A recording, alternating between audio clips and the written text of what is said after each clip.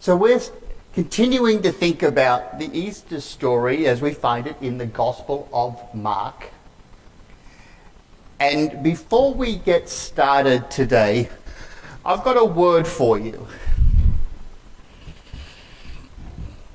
What's this word? Can you ladies in the back see what word I have written here? Envy. What does envy mean? Jealous? When might a person experience envy? Are there times when you wish you had what somebody else had? I wish I had the lead in the play. There's lots of times, aren't there? I really wish I had what that person had. But not in wouldn't it be nice to have that? But envy is kind of a pretty negative thing to feel, isn't it? I am envious. Maybe I'm a little even angry at you because you have something I don't have. Do you think that's a good thing to feel, envy? It's not, is it? Do you think the Lord wants us to have envy? We can learn from it, that's for sure. We definitely can learn from it. It has a long life. It can have a very long life. People can live in envy for a long time, can't they? Against the 10 Commandments, thou shalt not covet. Thou shalt not wish we had what our neighbour has. Even worse, we wish we could take from somebody else what's theirs and claim it for our own. So this word envy is really important in the first part of today's story. Because what we're going to be talking about, as you may be able to see on the screen, is Jesus has now been taken to the governor, Pontius Pilate. And a lot of people wanted Jesus to be crucified. They wanted to get rid of him.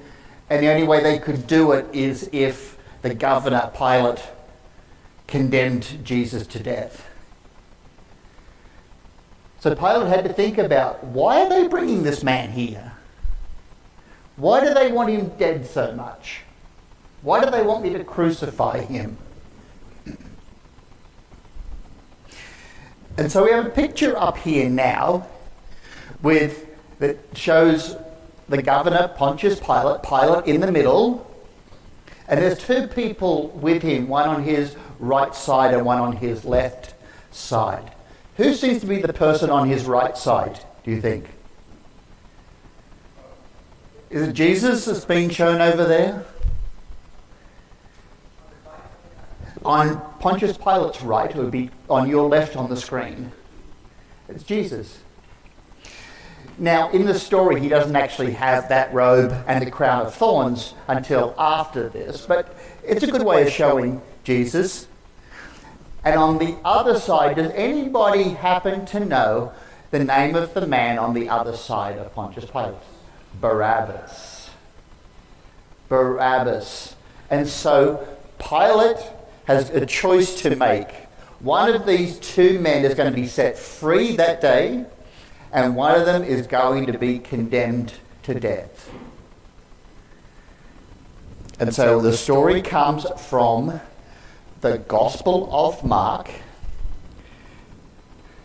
And so we'll read a part of the story now and the full story a little later. Now at the feast, he, Pilate, was accustomed to releasing one prisoner to them, whomever they requested. And there was one named Barabbas, who was chained with his fellow rebels. They had committed murder in the rebellion. Then the multitude, crying aloud, began to ask him to do just as he had always done. But Pilate answered them, saying, "Do you want me to release to you the King of the Jews?" That was Jesus. For he knew that the chief priests had handed him over because of envy. But the chief priests stirred up the crowd so that he should rather release Barabbas to them. Pilate answered and said to them again, "What do you want me to do with him whom you call the King of the Jews?" So they cried out again, "Crucify him." Then Pilate said to them, "Why, what evil has he done?" But they cried out all the more, "Crucify him." So Pilate, wanting to gratify the crowd, released Barabbas to them, and he delivered Jesus, after he had scourged him, to be crucified. Amen.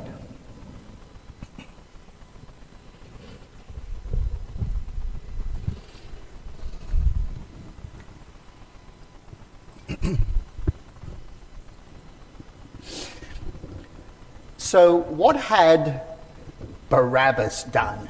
Did you hear? Yeah, he would be part of a group that caused a whole lot of trouble, including murdering people. Does Barabbas sound like a nice guy? What should have happened to Barabbas then, normally, if somebody like that gets caught?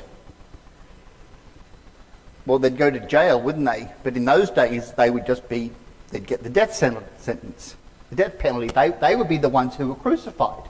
People who had done really bad stuff like that. What had Jesus done? Had Jesus ever done anything wrong? No. He just spoke wonderful things. He'd healed people. Had Jesus done anything to cause him to be killed? No. So Pilate knew that the only reason why Jesus had been brought there was because of that word we were thinking about already. He was brought there because of envy. He was brought there because of envy. That means that somebody was envious of him. Who was envious of Jesus? The priests, leaders of the church. They were envious, weren't they? So why did those people have envy?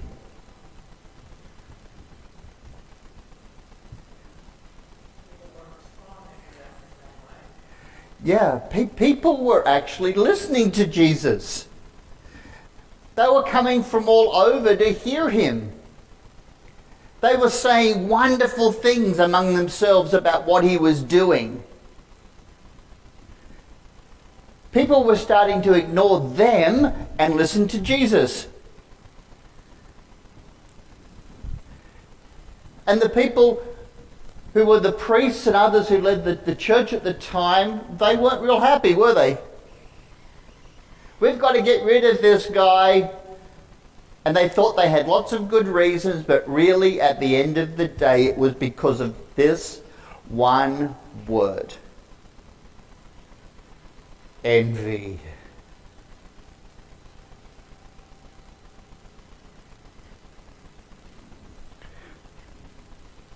Do you think they were able to learn from that? Maybe, maybe not.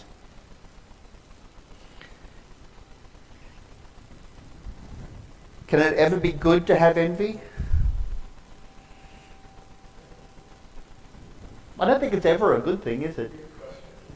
I don't think it's ever a good thing. Of course, the Lord knew all this beforehand. He knew what was going to happen, what people were going to think, and what they were going to do.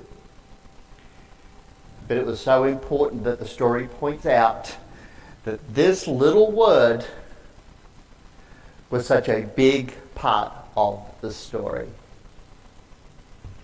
Amen. Another image up here now of Jesus standing before Pilate.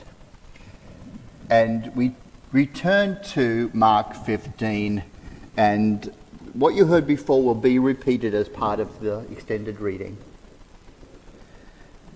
Immediately in the morning, the chief priests held a consultation with the elders and scribes and the whole council, and they bound Jesus, led him away, and delivered him to Pilate. Then Pilate asked him, "Are you the king of the Jews?"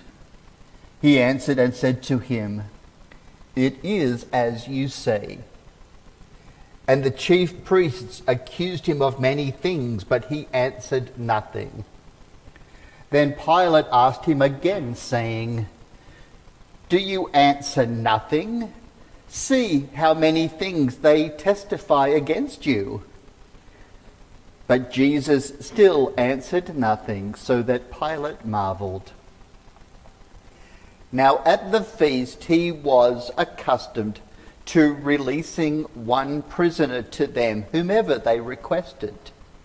And there was one named Barabbas, who was chained with his fellow rebels. They had committed murder in the rebellion. Then the multitude, crying aloud, began to ask him to do just as he had always done for them. But Pilate answered them, saying, "Do you want me to release to you the king of the Jews?" For he knew that the chief priests had handed him over because of envy. But the chief priests stirred up the crowd, so that he should rather release Barabbas to them. Pilate answered and said to them again, "What then do you want me to do with him whom you call the king of the Jews?"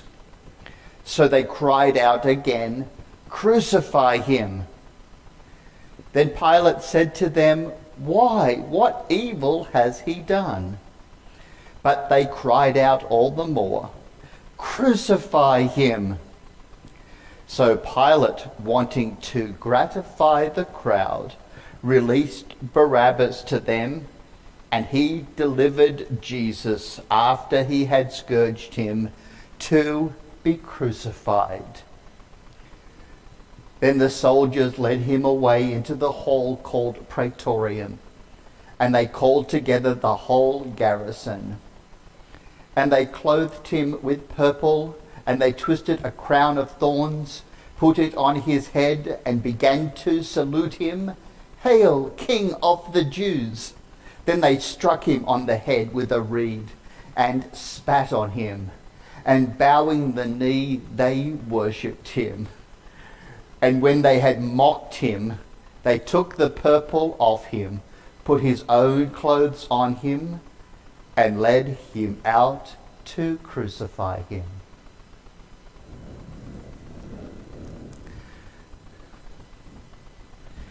And we conclude our readings by turning to a passage from the New Church work, True Christianity, number 383, talking about equilibrium, the various different influences that affect a person.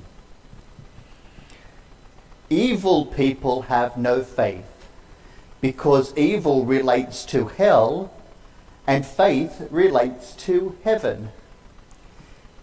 Faith relates to heaven because everything true that is related to faith comes from heaven.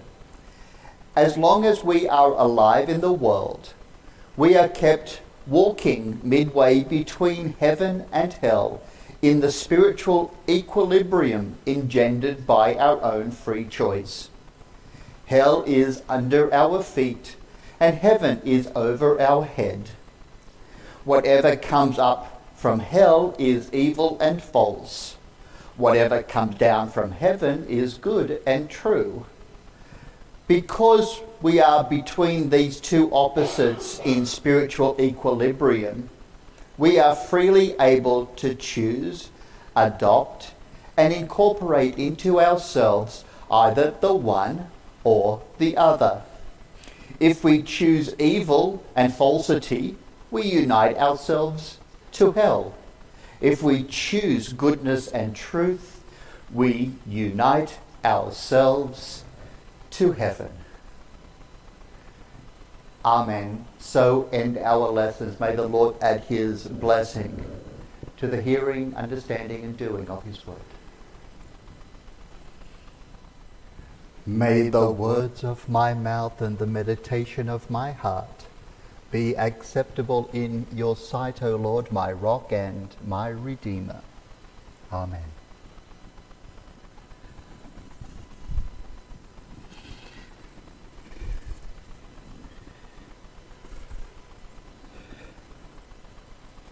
So we continue to think about this scene of Jesus being brought before the governor, Pontius Pilate, and what had led up to it, and Pilate's decision that day.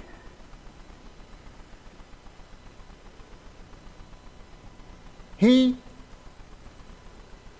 very quickly realized that Jesus had done nothing wrong.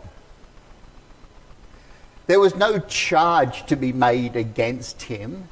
There was certainly nothing under Roman law of which to sentence him. Nothing. Nothing other than the fact that he had said things that had riled up the establishment, the church. He'd gotten under their skin. He'd said things that they didn't like. They had this envy toward him.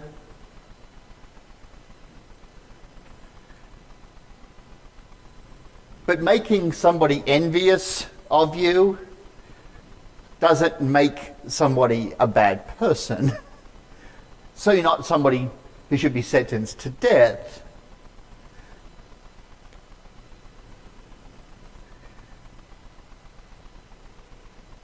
So here was Pilate, and he was facing a situation. He had this person in custody named Barabbas. And we have to remember the tone that was happening there within society at the time. There were fairly frequent Jewish uprisings. They really didn't like being ruled by outsiders. And who can blame them, really?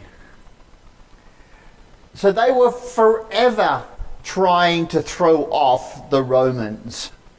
They were forever trying to regain autonomy in the land, especially since they believed, had been told in their history that the land had been given to him by Jehovah God himself. It was their land. It had been decreed to them. It was their birthright.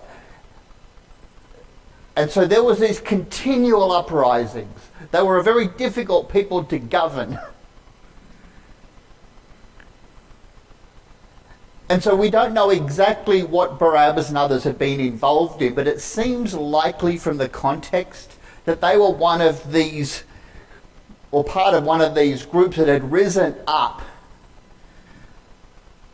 A mob, a gang of people who had risen up, and we're not sure who had died as a result of this uprising. But the sentence on Barabbas was insurrection and murder. And maybe there were others who were charged with the same crimes. So when it came to this choice, when it came to the choice that Pilate had, he was now faced with, should he release Jesus of Nazareth, who he's mockingly called the King of the Jews, because he knew that that would really upset the Jewish hierarchy. He had Jesus on one side, who he knew had done nothing wrong other than make people mad at him. And he had this insurrectionist murderer on the other side. And it's not too shocking that the church leadership stirred up the mob and cried out for Barabbas to be released. In fact, he may have even been seen to be a sort of hero. If he was standing up for nationalism, if he was standing up for getting rid of the Romans, then he was somebody to be praised, not crucified. Jesus, on the other hand, was an annoyance to the church leadership. He was a threat. He was drawing too much attention. Often we look at this story and look at Pilate through very negative eyes, and that may be very appropriate. But in this situation, if we think about it, he was sort of caught in the proverbial rock at a hard place. He had an innocent man that he knew should just be released.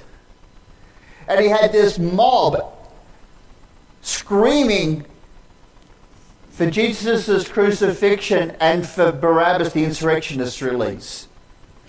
It was a bit of a no-win situation.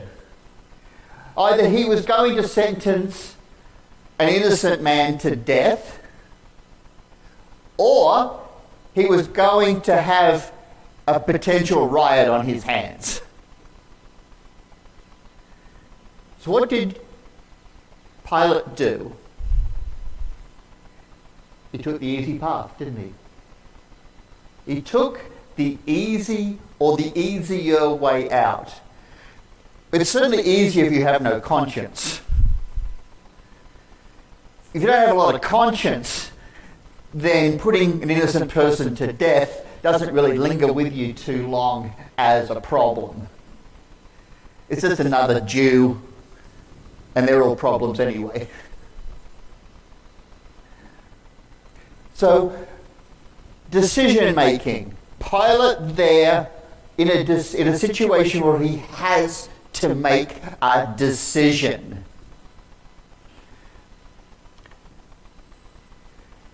At this point, we stop really thinking about Pilate and trying to get inside his head and inside his heart. Because we can't do that. We're not privy to that kind of information. All we have is words and actions. But I want to think about something that's much more universal that comes up in the story. And it came up when we read from True Christianity 3:83. Telling us that this decision-making process, the things that we choose to do, the way we kind of analyse and sum up life, is something that with every one of us is a product of what New Church teachings describe as spiritual equilibrium. Spiritual equilibrium. And we're told that we have all of these influences from hell. All of the ill feelings, all of the problem emotions, all of the problem things that we might experience, things like envy that we've been speaking of. And with that comes all sorts of false information, false concepts, false rationalizations, false reasoning. And that opposed to that is what the Lord is sending our way. Love for other people. Love for what is good. Love for higher principles. Love for doing what's right. And along with that love are all sorts of incredible teachings about what it means to love other people. What does it mean to love other human beings? What does it mean to be unselfish and caring and thoughtful and compassionate and be on a heavenly journey? And so we have these two competing forces within us. And when we're making a decision, it's really, really hard for us to know what the balance of that equation looks like. I was talking to a friend just last night, and I'm not sure how it came up, but near where we live, there are people panhandling on street corners at traffic lights. It's really common, particularly in a few particular spots where there's always somebody, it seems. And the question is, do you give money to somebody who's begging in a situation like that? There's actually not a particularly easy question to answer. Because there are reasons to give money to somebody who's begging, and there's reasons to not do that. How do you decide? What ultimately drives the decision-making process? And it can be incredibly hard for us, can't it, to understand all of the things that are factors in our own mind. We might have access to or some insight into parts of the process. We may have some rational ability to analyse why we do something or we don't. But it can be really, really hard, can't it, to really dive deep enough, to drill down enough to know what it is that ultimately is motivating us. Is it true charity that we're trying to exercise in a sort of thoughtful way? Is it something else? It can be really hard, can't it? Incredibly hard to know what's motivating us. In fact, at any given point, the only person who knows really what's motivating us in our decision-making process is the Lord himself. Because he sees into us in a way that we can't see into ourselves.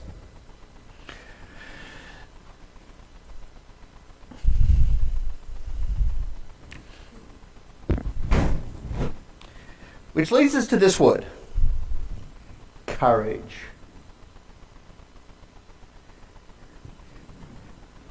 There's a lot of courage involved, isn't there, in decision making? The courage to, upon reflection, to do what's right.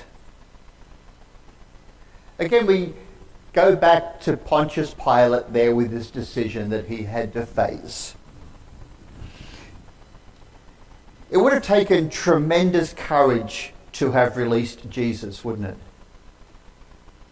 It was the right decision, and it would have taken tremendous courage to do it. Because it came with the risk of an uprising, of a stampede, of the masses rioting. But it would have been the right thing to do. And so while we are not always all that sure about what's motivating us, when we do have those moments of feeling like something is far more right, far more just, far more honourable than something else, do we always have the courage to do the right thing?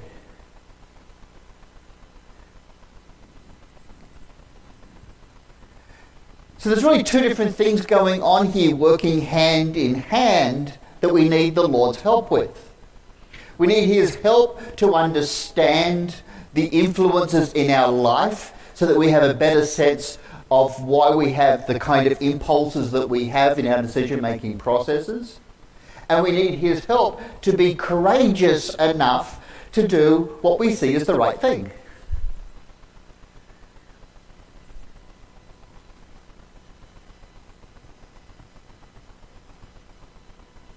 But what happens if we don't talk to the Lord? What if we're not communicating with him? What if we're not really thinking about him and his principles and what's right and what he wants us to do? If we're not thinking about him, what we tend to do is often go with the path of least resistance, don't we? We do the Pilate thing. I'd rather have a innocent man scourged, whipped, mistreated, put on the cross and killed. I'd rather have that happen than stand up for the principle of nobody should be given a death sentence who doesn't deserve it. I would much rather kill somebody in this horrible way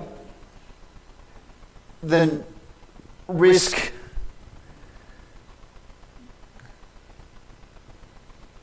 where's the courage in that? Because doing what's right can be really hard. Doing what's right can be really, really challenging.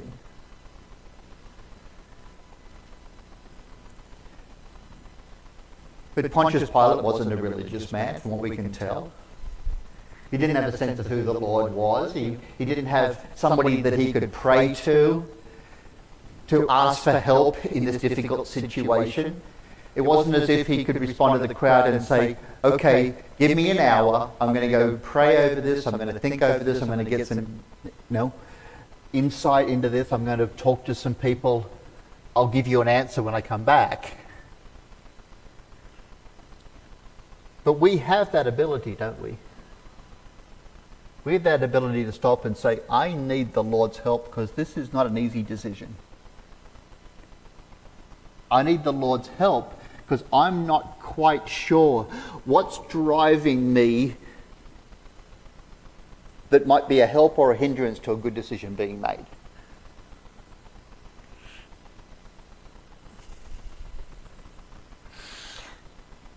And so I leave you with a task. Is there some situation in my life where I need to be courageous? Amen.